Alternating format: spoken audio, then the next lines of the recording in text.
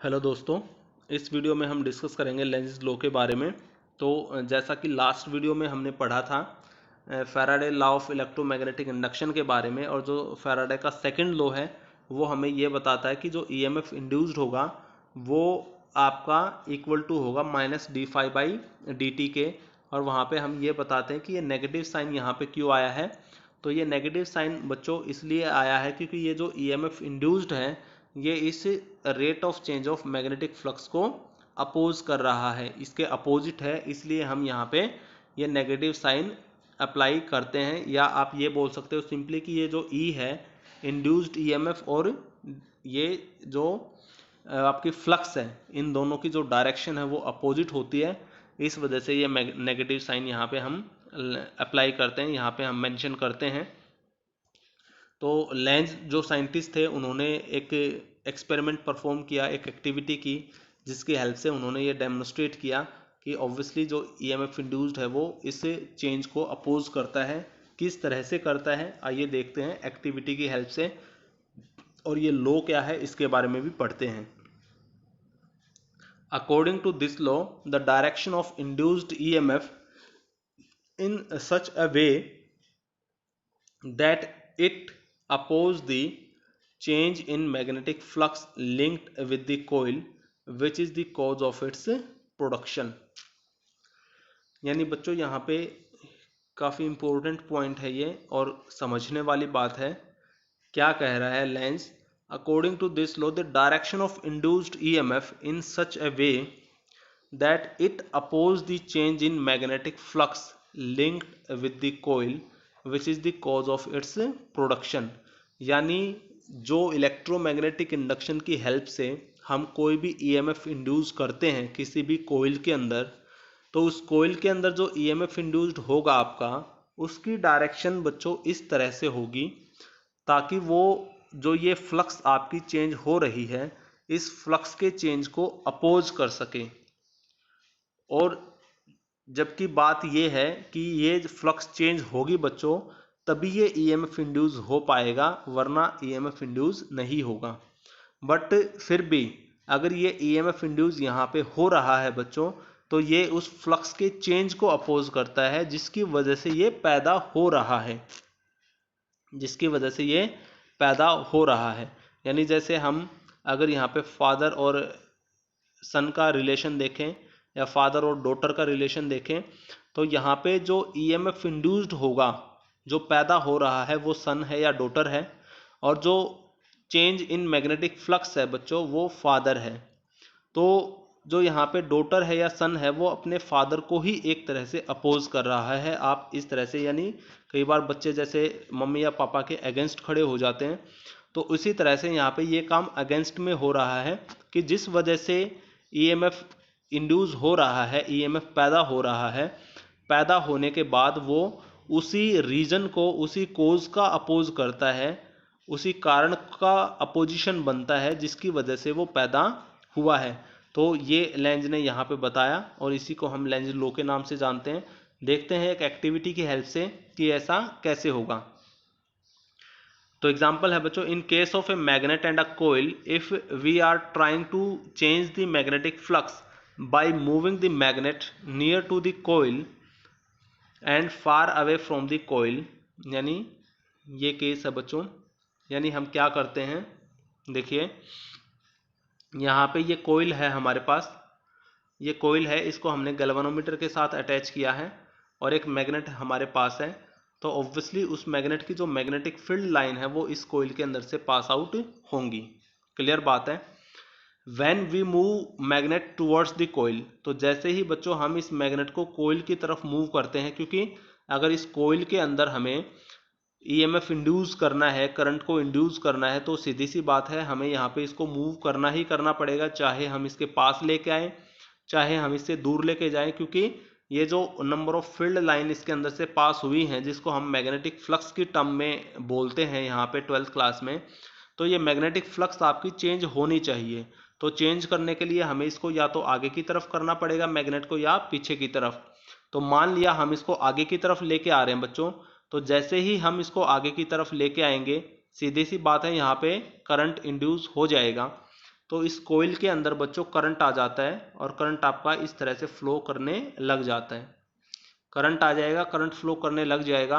But current के flow की जो डायरेक्शन है वो इस तरह से होगी ताकि जो कोइल का ये फेस जो कि मैग्नेट के सामने है, कोइल का ये फेस जो कि मैग्नेट के सामने है, यहाँ पे जो करंट की डायरेक्शन है बच्चों वो एंटी क्लॉकवाइज हो जाए,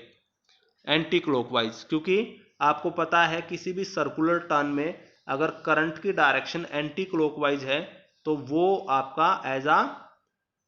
नॉर्थ पोल बिहेव करता है, नॉर्थ पोल। तो एज अ नॉर्थ पोल ये बिहेव करेगा बच्चों। अब नॉर्थ पोल की तरह बिहेव करने का रीज़न क्या है? क्योंकि अगर ये आपका as a north pole behave करेगा और आप इस मैग्नेट को इसके पास लेके आ रहे हैं तो ये भी इस मैग्नेट का नॉर्थ पोल है, तो नॉर्थ पोल और नॉर्थ पोल दोनों आपस में जब टकराएंगे तो ये नॉर्थ पोल की टेंडेंसी जो है वो ये रहेगी कि ये मैग्नेट पास में ना आए, क्योंकि ये रिपल्शन पैदा करेगा यहाँ पे। तो यहाँ से शायद आपको ये पता लग गया होगा मैं क्या बताना चाह रहा हूँ कि ये नॉर्थ पोल यहाँ पे अपने आप से बनेगा बच्चों, अपने आप से बनेगा। तो ये नॉर्थ पोल जब आप पास लेके आओगे तो आपको अपोजिशन फेस करना पड़ेगा, यानी ये जो यहाँ पे ईएमएफ इंड्यूस हुआ है उसकी वजह से ये करंट यहाँ पे जो इंड्यूस हुआ है बच्चों, और उस करंट की वजह से जो मैग्नेटिक फील्ड यहाँ पे पैदा हुआ है उस मैग्नेटिक फील्ड की डायरेक्शन ये अपोजिट हो जाएगी इस तरह से। क्योंकि यहाँ पे नॉर्थ पोल आएगा तो यहाँ से लाइन निकलेंगी और इस तरह से आपकी जाएंगी, और ये जो आपका मैग्नेट है इसका भी नॉर्थ पोल है, तो नॉर्थ पोल और नॉर्थ पोल आमने सामने टकराएंगे ये। तो यहाँ से ये इंडिकेट हो रहा है बच्चों कि ये जो करंट आपका पैदा हुआ है ये एक नॉर्थ पोल पैदा कर देता है यहाँ पे, और इस नॉर्थ पोल की टेंडेंसी इस मैग्नेट को अपने पास ना आने देने की है,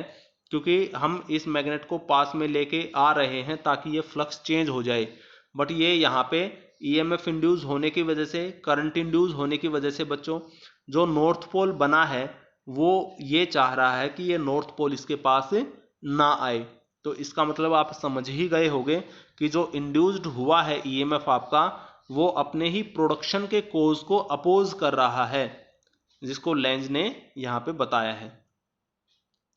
Here the direction of current in such a way that the face of the coil which is toward n pole of the magnet also behaves as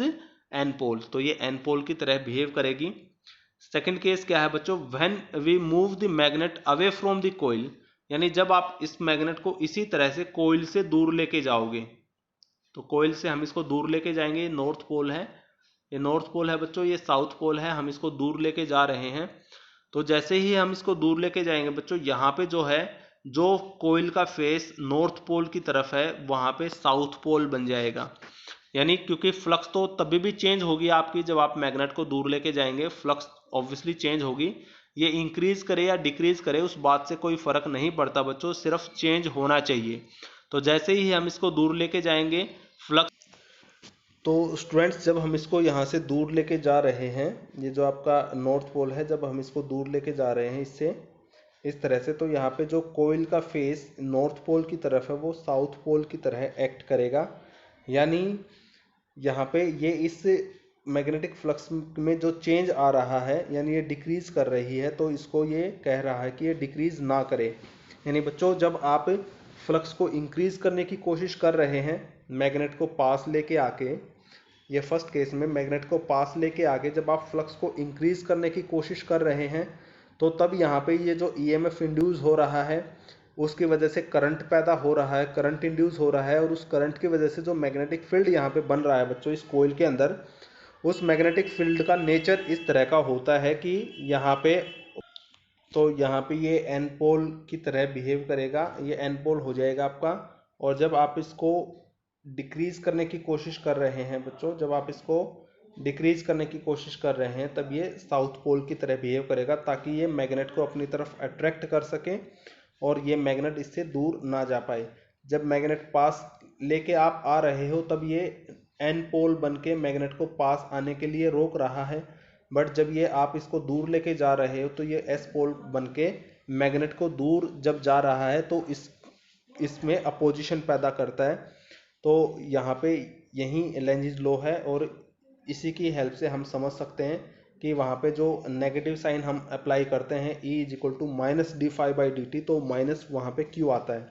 तो here the direction of current in such a way that the face of the coil which is toward N pole of magnet behaves as a south pole. तो बच्चों इस video में हमने discuss किया Lenz's law के बारे में. काफ़ी इंपॉर्टेंट लॉ है ये, काफ़ी न्यूमेरिकल इसके ऊपर आते हैं. तो लेंजिस लॉ है क्या वो हमने डिस्कस किया, और with the help of this activity ये भी हमने समझने की कोशिश की यहाँ पे कि किस तरह से ये एक्टिविटी आपको बता रही है कि यहाँ पे जो मैग्नेटिक फील्ड आपका इंड्यूस हो रहा है. पहले बच्चों यहाँ पे तीन चीज़ मेनली हैं हमारी.